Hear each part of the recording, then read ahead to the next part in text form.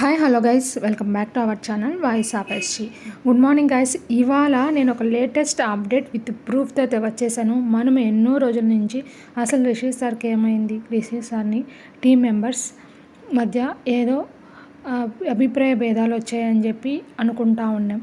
కానీ ఇప్పుడు మన రిషి సారే రియాక్ట్ అయ్యారండి. సో తన రీఎంట్రీ గురించి అసలు వస్తాడా రాడా అనే విషయం గురించి క్లారిటీగా చెప్పకపోయినా సో తను ఫ్యాన్స్కి ఏం చెప్పాలనుకునే విషయము ఇన్స్టాగ్రామ్ వేదికగా ఒక పోస్ట్ అయితే చేశారు. సో మీరు చూడండి. నేను చాలా రోజుల నుంచి చాలా ఫాల్స్ న్యూస్ని అయితే చూస్తున్నాను. తన చుట్టూ కూడా చాలా రూమర్స్ స్ప్రెడ్ అవుతూ ఉన్నాయి. సో ప్లీజ్ బిలీవ్ చేయొద్దు అవి ఫేక్ న్యూస్.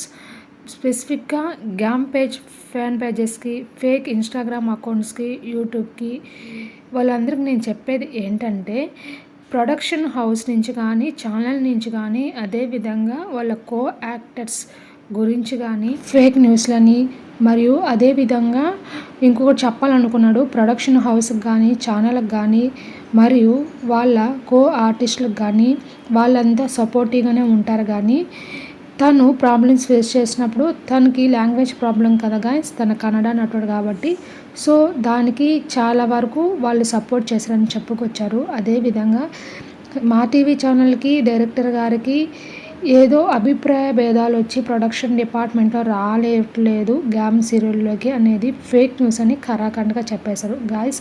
అదేవిధంగా ఇంకొకటి మాత్రం క్లారిటీగా చెప్పలేకపోయారు. సో ఎప్పుడు వస్తారు, ఎంట్రీ ఉందా లేదా అనే విషయాన్ని సో నేనే ఇన్ఫామ్ చేస్తాను. నేను ఏ విధంగా ఎంట్రీ ఇవ్వబోతున్నానా, లేకపోతే న్యూ ప్రాజెక్ట్తో వస్తున్నానా, న్యూ వెబ్ సిరీస్తో వస్తానని చెప్పి చెప్పుకొచ్చారు.